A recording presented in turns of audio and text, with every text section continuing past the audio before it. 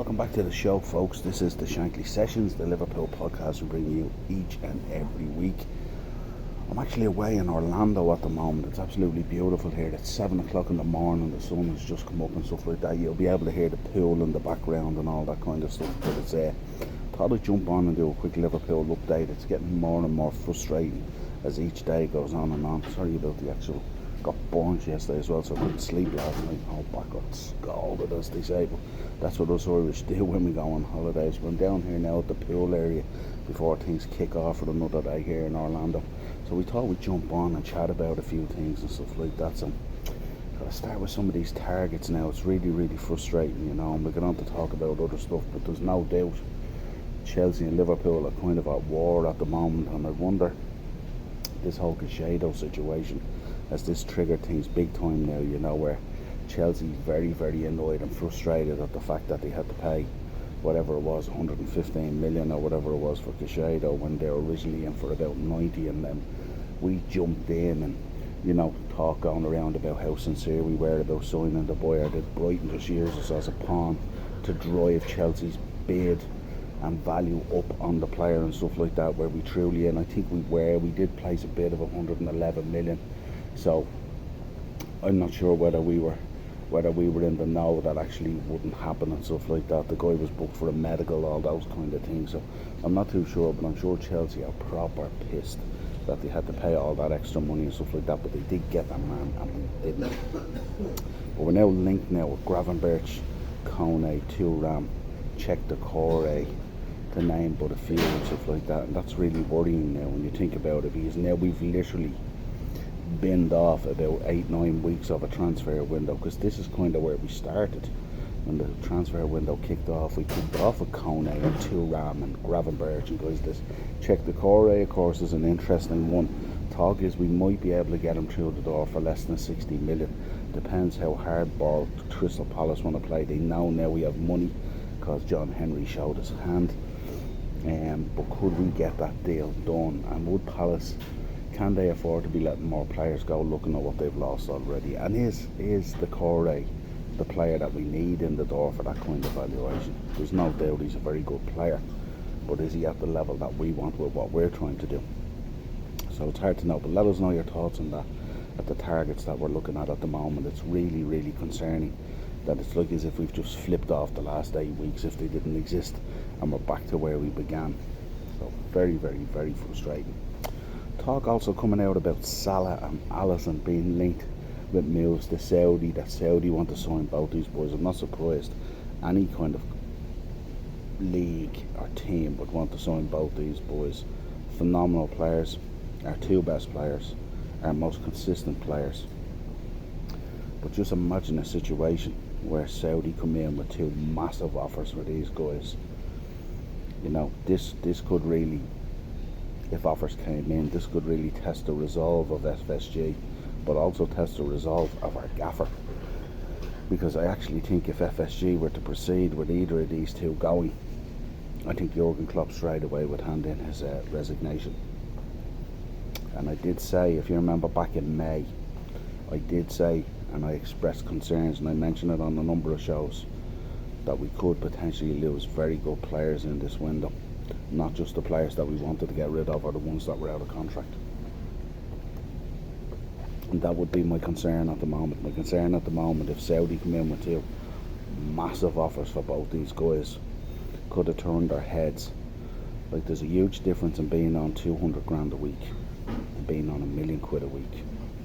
And I'm sure the boys who have gone out there, Mane, Firmino, all these boys, I'm sure they all still talk, and I'm sure the boys are saying, lads, you need to get yourselves out here. The bag is massive, the lifestyle is phenomenal, we're treated like kings. You just look at that Neymar deal the other day. Now if they can come in with an offer and just strip Neymar out of PSG like that within a couple of days, then I don't think they'd have any problem if they want Mo Salah and Alisson. And I just wonder how firm the club will stand on it. Now I know the stories have been pitched away, it's been nonsense that both boys are dedicated to Liverpool and stuff, that we've seen what Mo's agent has said and stuff like that. But if you get two monumental offers coming in, would Liverpool potentially pull the trigger on it, and then what would that do? Just imagine a world where Liverpool Football Club doesn't have Alisson and Mo Salah and probably Jurgen Klopp, and that would be a real problem then, you know. What about Caicedo? Let's talk about this Caicedo deal. How did we feel about it? Was it aroused? Was it real? Were they really in for him? Were they going to buy him? Or what was going to happen, you know? Who knows? It'll all come out eventually. Were we truly going to buy him? Or did we know that Chelsea had come in? And how do we feel about our treatment of or Brighton's treatment of us, I should say? You know, where we had bid it in as the highest bidder on the deadline, and then they reneged on the deadline. Where we have had quite the relationship with Brighton. We bought McAllister off them earlier in the window. I wonder was part of it the fact that we got McAllister for the release clause. That must have been quite upsetting for them and stuff like that, even though it was in there, because they would have made 70 million on McAllister if that release clause wasn't there. So I'm sure that's the case. But I just wonder that whole Caicedo deal, like, was it actually real? Or was it just a ruse, you know? Hard to know. Lavia. Who's really to blame for the Lavia deal? I mean, when you look at the Lavia deal, it has to be Liverpool is to blame for that, because basically what we should have been doing is, when we bid it for Caicedo, because we probably needed both boys, and what we should have done is we should have kept on proceeding with the Lavia deal, and we should have made it clear to him that we wanted him as well. But instead we binned him off, you know, fannied around with the bids, and even going in for a 60 million bid that apparently everyone's saying that we didn't do now, when we probably did. They turned it down and he went to Chelsea because he was so pissed. Shocking. Then we come out of the first game of the season. Very, very good 25 minutes. Things looked rosy. Looked like we were playing really well. Looked like we could have been en route to picking up 3 points, which we badly needed. And I did say before the game in the previews, you know, if there was ever a game that describes us as this means more, it would be Liverpool. It was Chelsea versus Liverpool. And the fact that John Henry had flown in as well to set the narrative between him and Bowley as well. And I just think when you look at the drop off after 25 minutes, I think it's symptomatic of what we've seen last season, where once we give up a goal, we just fall asunder, lose our shape, forget what our jobs are, people all over the place. Don't know how many different positions Trent Alexander-Arnold was in the other day and stuff like that. We spoke about it, we did a match reaction. We don't need to go over all mirrors, but the fact is, we come out of that game with a point, you know. And then we have the gaffer, and we've got to talk about the gaffer. We can't keep on avoiding this conversation. This conversation has to be had. And his post-match comments, you know, are very similar to last year's post-match comments, which is really concerning, you know what I mean? That, you know, a point at the bridge against a team, a Chelsea team that's hardly even played together with a new manager, is really, really, for me, is a poor result. I mean, we should be going there and we should be looking to pick up all 3 points, and we should have picked up all 3 points.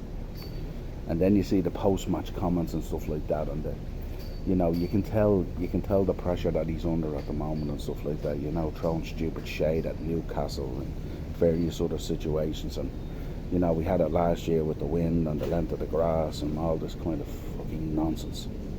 And we're starting to go down that road as well. The talk now is that Jorg, he's going to finish up at the end of the summer. I think he was on a 3-month trial.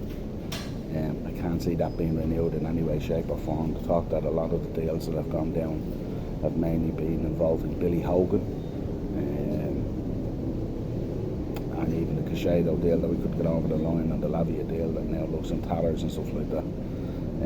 But it looks like Billy Hogan has been heavily involved in the transfers and not York. So I doubt he'll be renewed. We'll get rid of him, and then we'll be looking for our 4th director of football in 20 months or whatever it is. You've got to ask yourself, why are these boys exiting the building? Why did Michael Edwards leave? I know he was there for nearly a decade and stuff like that, and he did phenomenal stuff, especially under the FSG regime. Julian Ward came in, nowhere near, and it must be frustrating for those guys. I wonder if those guys, there's definitely been a power struggle between that whole department and Jurgen Klopp, and it looked like this season that Jurgen Klopp wanted more control. And it must be frustrating as well, because they've injected Billy Hogan in there to do the deals. Whereas I think Jurgen Klopp might have had a free run at it maybe with York, and he might be frustrated by that situation as well. But either way, it's going to look bad anyway, because if York goes off after the summer, he was Jurgen Klopp's recommendation. So how do we feel about that, folks? How is that going to look, and how is that situation going to fracture things even further?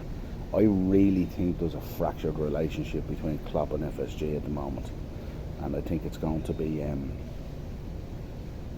not even sure if it can be repaired. I don't think they're working together anymore. I don't think it's that kind of relationship anymore. Some good news, if we can take any good news out of this transfer window. It's been an absolute shambles, but it sounds like Thiago and Stefan Bietic are going to be fit and available for the Bournemouth game. So it'll be interesting to see. The Gaffer's press conference is tomorrow, Thursday, so it'll be interesting to see what comes out of that and what's his thinking on how people are going to be used and all that kind of stuff. So we look forward to that. We've got Bournemouth on Saturday, so hopefully we can bounce back, get 3 points there and see where it takes us. But certainly it's been an absolute disaster so far, and this summer has been really, really frustrating, week in, week out. Here we are, 4 days on from the Chelsea game, and still nothing in the door. And now we're hearing that the boy Andre, who was available from Fluminense, something like 25 million or something like that, and now we're hearing that Chelsea is in for him as well. And there's a lot of shade being thrown at Chelsea in relation to FFP and stuff like that, and I get it. I get a lot of it out of frustration from Liverpool fans. But I really think, as Liverpool fans now, I think we need to be challenging our energy more insular at the moment, and really going after the issues that are there at the club at the moment, rather than worrying about what other clubs are doing. I think if Chelsea break FFP, I think it will come out in the wash, and I think they will be, they'll be hit with it, there'll be point deductions, whatever it is. So I think we should let people just worry about that and not us. I think we should be worrying about our own house and putting the pressure on the owners to spend that 111 million that was made available. Let us know your thoughts in the comments, folks. Just a quick Liverpool update. I am here in Orlando at the moment. Might be meeting up with the Orlando Supporters Club for the Bournemouth game. See what we can put together. But if not, we'll throw a little match preview out there anyway. Until next time, folks, subscribe to the channel, hit the bell notification, and of course drop a like in the video and share the content. And I'll talk to you again real soon. Cheers.